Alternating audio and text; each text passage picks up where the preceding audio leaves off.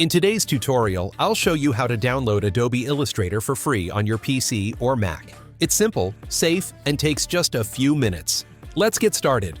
First, check the description box below this video and click the link provided. This will take you directly to Adobe's official Illustrator page, so you can be sure you're downloading the software from a trusted source. Once you're on the page, click the Start Free Trial button. You'll be asked to choose a plan. Adobe offers options like individual, business, or student-teacher plans. For this example, we'll select the individual plan, which gives you a 7-day free trial of Adobe Illustrator, or opt in for the business plan for a 14-day trial. You can also try Adobe Stock for 7 days, which includes 10 premium assets you can download and keep. After making your selections, click Continue to proceed. Next, you'll need to enter your email address and provide some basic personal and payment details. But you won't be charged as long as you cancel before the trial period ends.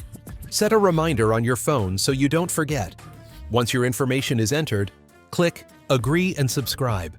You'll then be prompted to create a secure password for your new Adobe account. After your account is set up, Adobe will guide you to download the Creative Cloud desktop app.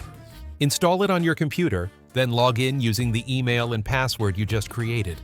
Inside the Creative Cloud app, go to the Apps tab, search for Illustrator, and click Install. The download will begin automatically, and once it's finished, Adobe Illustrator will be ready to use. And that's it! You now have Adobe Illustrator installed and ready to explore during your free trial. This is the perfect opportunity to dive into professional graphic design, create stunning vector art, and bring your creative ideas to life. If you found this guide helpful, don't forget to use the link in the description to get your free trial directly from Adobe. It also supports our channel. Thanks for watching, and I'll see you in the next video.